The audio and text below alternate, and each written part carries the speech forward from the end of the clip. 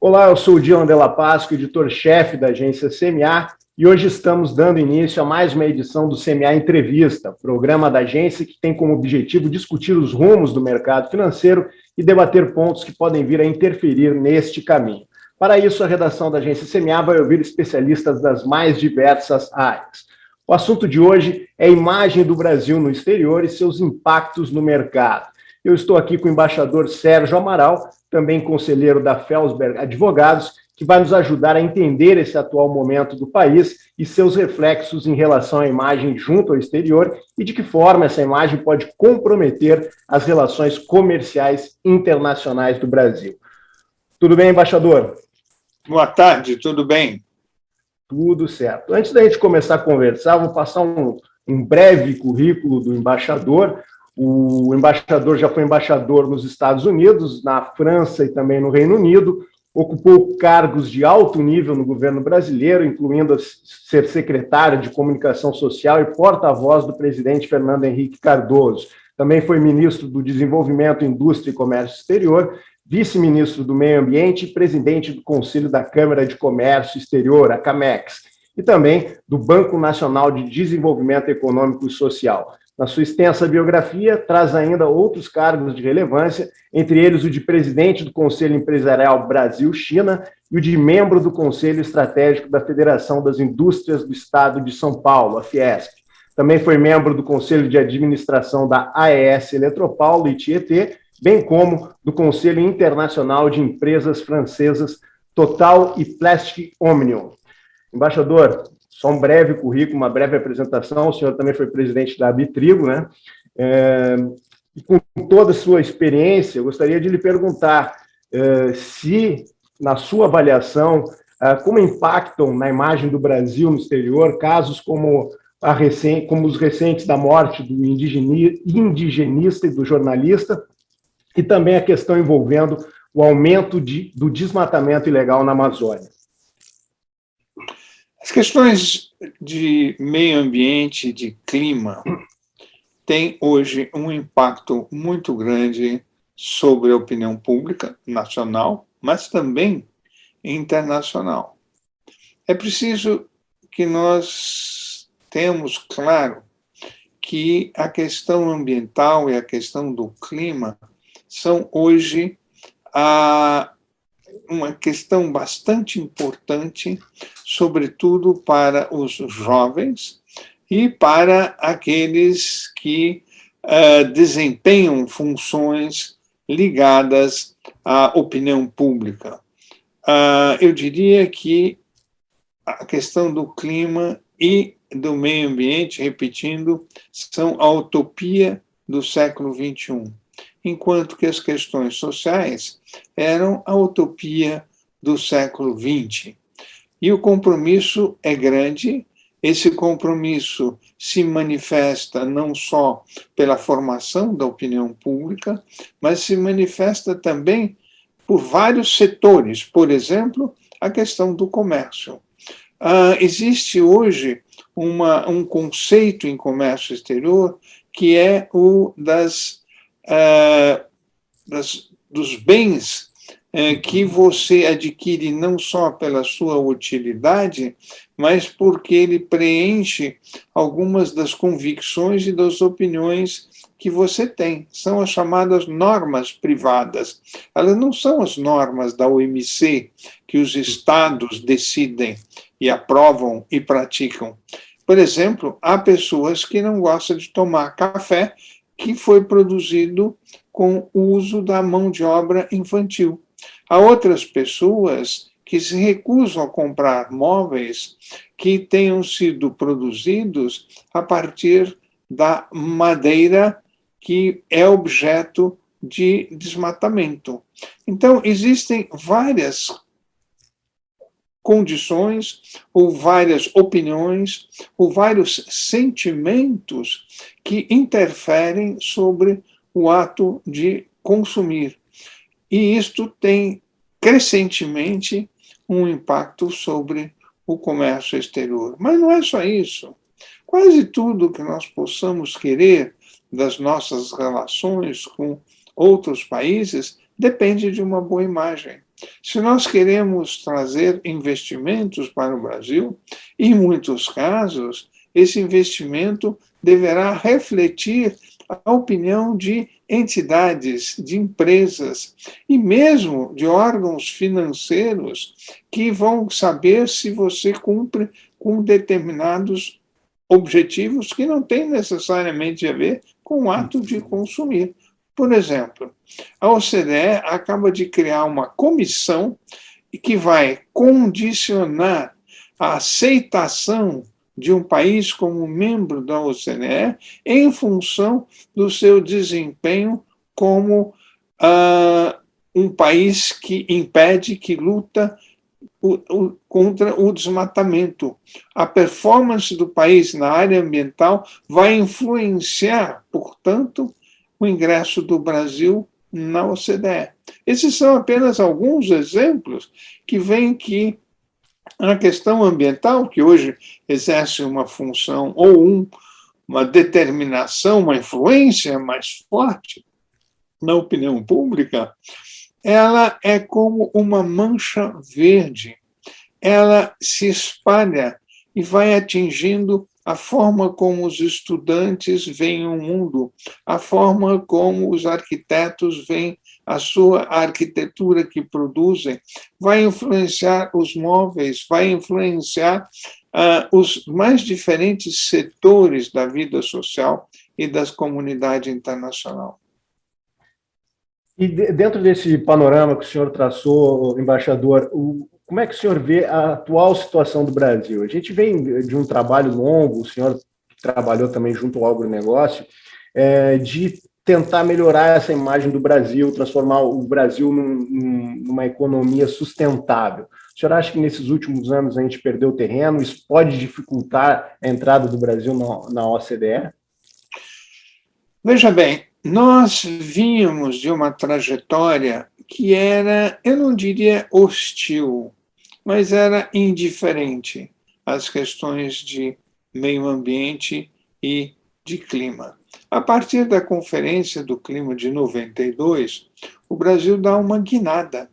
E de um país que era hostil à intervenção das questões ambientais nas questões econômicas, por exemplo, nós sempre fomos contra que a OMC considerasse as questões ambientais na sua produção de normas, na sua discussão, debate, passamos a ser um país que não só é adepto do meio ambiente, que não só acredita que é preciso combater as mudanças climáticas, mas nós nos tornamos militantes da causa ambiental, com uma grande atividade nos fóruns internacionais, um grande relacionamento com as ONGs brasileiras e internacionais, enfim, nós nos tornamos adeptos da questão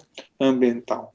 Muito bem, nos últimos anos, quase tudo que nós temos feito está erodindo esta percepção que nós conquistamos ao longo de anos. Seja o tipo de comentário, o tipo de indiferença, o tipo de crítica às questões ambientais, como a célebre frase que nós precisamos deixar a boiada passar. E outro tipo de atitudes hostis à política ambiental, hostis ao exercício do controle, da fiscalização ambiental. E isso está corroendo a nossa imagem no exterior. Se você vê a questão dos Estados Unidos, o presidente Biden ele foi eleito por um grupo, um forte contingente de militantes ambientais. Esses militantes, eles claramente exercem uma influência não só na política americana, como também nas decisões do Congresso. E nós não temos uma boa aceitação ou uma boa imagem junto a esses centros de decisão. A mesma coisa são as entidades financeiras. Nunca os bancos se importaram com o clima. Hoje, no entanto, eles são obrigados a fazer isso porque os seus correntistas, os seus clientes, exigem um compromisso do banco com o verde, com a questão ambiental. Existem países, e não só países, há grupos de países, como a União Europeia, em que o percentual de deputados eleitos sob a égide do ambientalismo chega a 25%, 30%, 40%. Então, tudo isso cria dificuldades em muitas das áreas que são importantes para nós.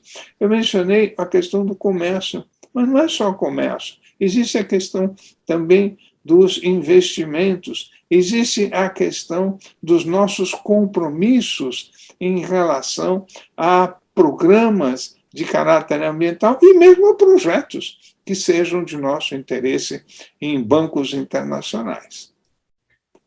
Embaixador, se o governo, se a parte pública do governo ele não está ajudando nessa imagem, de que forma o setor particular, as empresas podem proteger o país e evitar maiores prejuízos em termos de investimento no mercado brasileiro, nesse ambiente de negócio?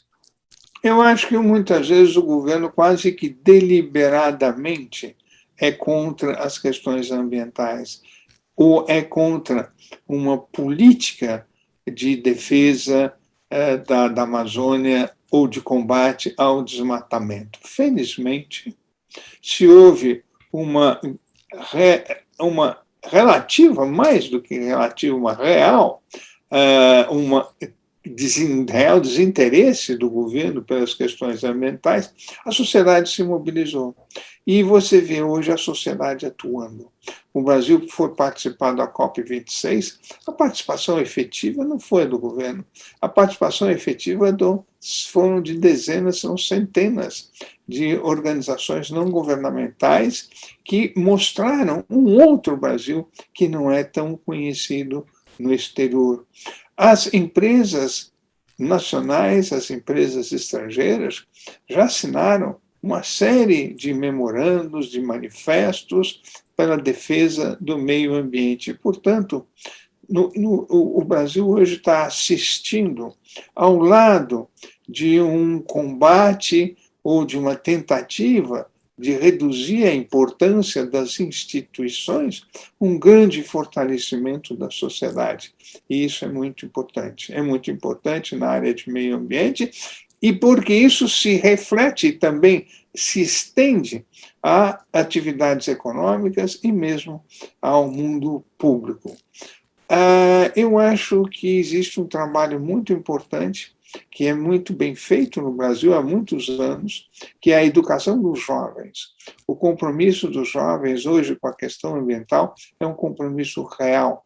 Os filhos cobram dos pais, os consumidores cobram das empresas. Então, nós possivelmente, tão logo nós tenhamos um governo mais comprometido com uma fiscalização efetiva, com o cumprimento das regras ambientais, com o compromisso com as comunidades indígenas, que são outro grande patrimônio que o Brasil tem. Os brasileiros e muitos outros pessoas de muitos outros países vão à Europa, vão aos Estados Unidos para visitar igrejas antigas, para conhecer outras civilizações. Pois bem, nós temos entre nós uma comunidade de índios que tem algumas centenas de anos, alguns possivelmente milhares de anos. E essa comunidade é um grande patrimônio do país. Eles são um grande patrimônio antropológico que nós não conhecemos, em primeiro lugar, e que, segundo, nós não valorizamos. Você veja só, o Brasil é um país que tem tribos indígenas que ainda não entraram em contato com a civilização e, no entanto, elas não são devidamente protegidas muitas vezes. E isso tudo é uma riqueza que o país tem, que deveria ser preservada, como nós preservamos, por exemplo, o nosso patrimônio histórico. Na sua avaliação, embaixador, a questão da sustentabilidade é um caminho sem volta para garantir esses acordos comerciais com importantes nações e também o ingresso de recursos, de investimentos no país?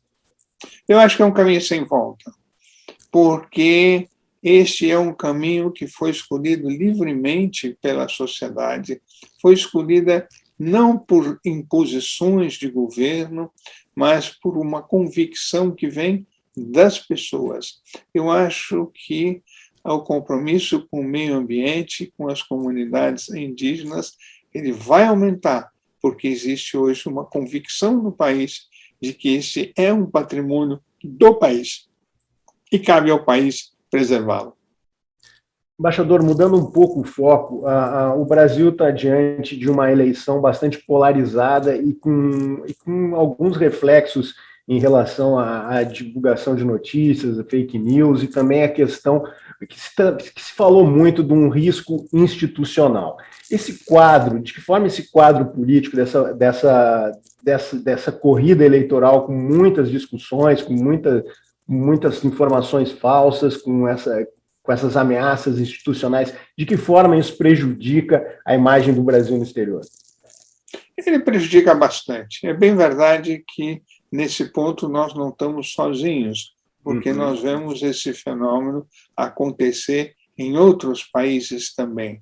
Mas, no nosso caso, e nessa eleição particularmente, ele tem se expandido.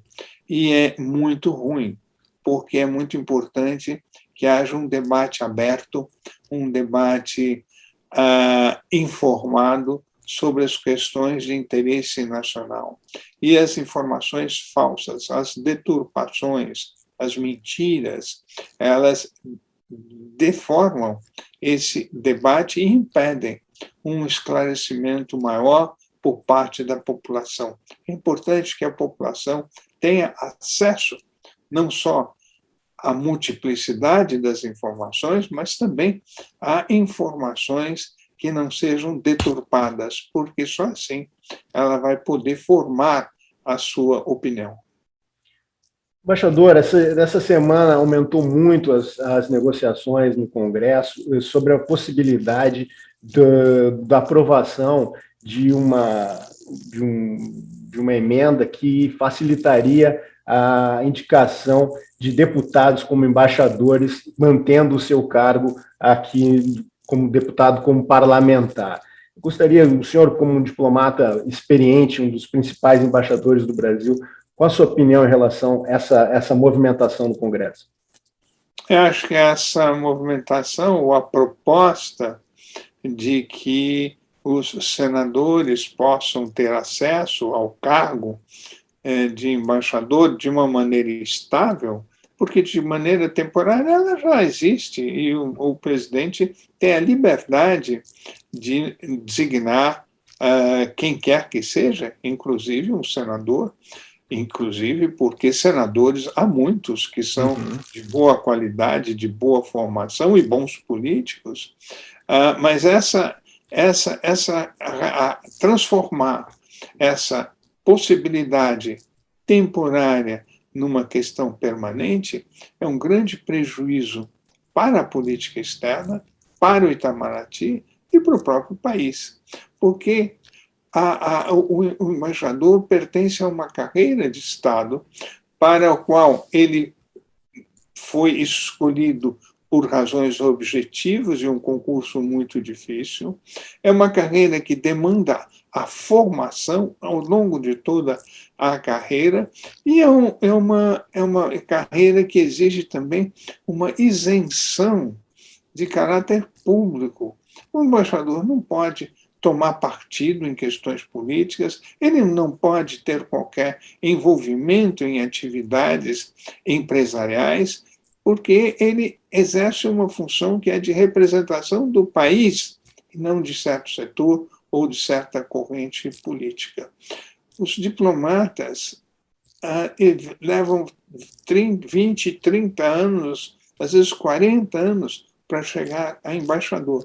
Se o senador puder ser nomeado para esse cargo sem qualquer dos requisitos que os outros seguem, isso é um grande desincentivo para uma carreira que é um orgulho do país e que é reconhecida como de grande valor por outros países.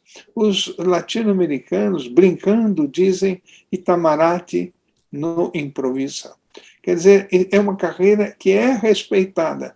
E isso é muito ruim para o país também, porque é um grande ativo do país. Veja bem, porque nós tivemos uma diplomacia, porque nós tivemos um Rio Branco, nós não temos problemas de fronteira. Vários países ainda têm conflitos de fronteira, conflitos armados de fronteira. Nós nunca tivemos. E por quê? Porque nós aprendemos a negociar. E é importante uma diplomacia que negocia do que uma diplomacia que cria conflitos.